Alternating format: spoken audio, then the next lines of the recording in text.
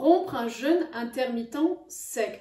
Le jeûne intermittent sec, comme son nom l'indique, est un jeûne intermittent, c'est-à-dire qu'on va se réalimenter toutes les 16 heures, peut-être toutes les 18 heures, toutes les 20 heures, selon le mode de jeûne intermittent, et sec parce que l'on ne boit pas et on ne mange pas pendant ce jeûne.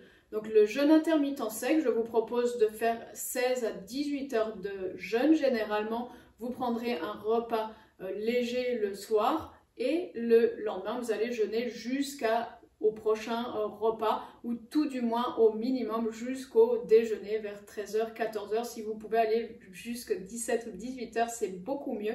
Donc après ce jeûne sec, on a un besoin d'hydratation. Mais attention, lorsqu'on dit hydratation, on ne pense pas à boire des litres d'eau. Si vous buvez, pensez à boire par petites gorgées, une eau tempérée, jamais froide.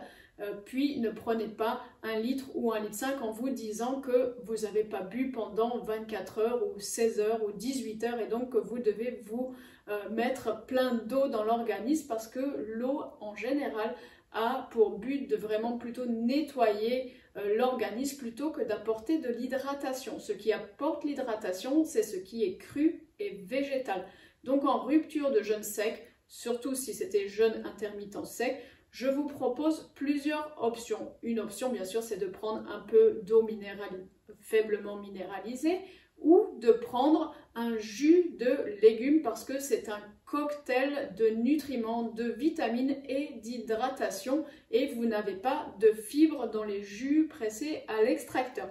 Donc voilà, vous avez un jus de légumes ici, j'ai choisi carottes, betterave, un peu de curcuma, un peu de gingembre et une petite touche de pomme. Vous pouvez bien sûr faire d'autres jus qui vont être encore plus hydratants que le jus racine. Souvent je fais carottes, céleri ou vous pouvez aussi ajouter du fenouil pour aider à la digestion. Carottes, fenouil par exemple, c'est un jus que j'apprécie beaucoup. Autrement, vous pouvez boire de l'eau de coco. Et l'eau de coco, c'est vraiment prodigieux parce que ça vous apporte une hydratation énorme et vous avez plein d'oligo-éléments, plein de minéraux, plein de vitamines. Si vous pouvez avoir une coco fraîche, c'est vraiment le top du top. Si vous habitez en Thaïlande ou si vous habitez en Europe, il y a plusieurs personnes qui importent des cocos fraîches, donc vous pouvez le faire. C'est vrai qu'on le trouve plutôt en Asie en général. Vous avez aussi voilà, ce qu'on trouve dans nos supermarchés, nos Biocoop, ici des cocos comme ça, mais vous voyez, il n'y a presque pas de liquide et c'est des noix séchées. Il faut prendre les noix vraiment jeunes et fraîches si vous pouvez en trouver. Et sinon, vous prenez de l'eau de coco comme ceci en bouteille, sachant que ce n'est pas la solution idéale parce que la plupart du temps, elle a été pasteurisée et donc on n'a plus les nutriments qu'on aurait dans une vraie noix de coco. Mais ceci dit, ça reste la meilleure option, ça reste une option qui va permettre de vous hydrater. Vous versez un petit verre de 20 centilitres et vous buvez lentement les gorgées. C'est important aussi de boire en conscience comme de manger en conscience.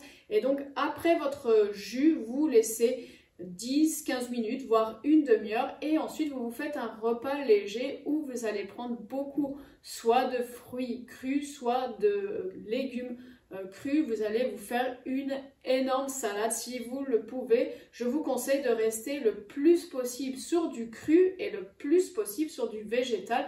Lorsque je dis pardon le plus possible, en général c'est plutôt 80 à 90% de végétal et cru.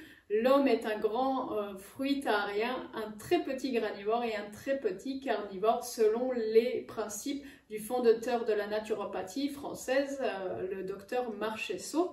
Donc vraiment, faites-vous quelque chose qui va exploser en vitamines, nutriments, oligo-éléments. Et sachez que lorsqu'on cuit à 45 degrés ou plus les aliments, ils perdent 100% de leurs enzymes, 70% de leurs vitamines, 50% de leurs minéraux. Donc c'est vraiment important de manger beaucoup de cru. Si vous habitez dans une région froide et que c'est l'hiver, je vous conseille aussi de faire en entrée par exemple une soupe crue chaude. Donc vous mettez vos légumes dans un récipient et vous versez de l'eau que vous avez fait bouillir dans une casserole ou à la bouilloire et vous mixez tout cela ou vous coupez en petits morceaux et vous verrez cela vous réchauffe, vous laissez un peu infuser avec des aromates et c'est vraiment délicieux, je vous le conseille. Je vous souhaite une bonne rupture de jeûne et je vous dis à très vite.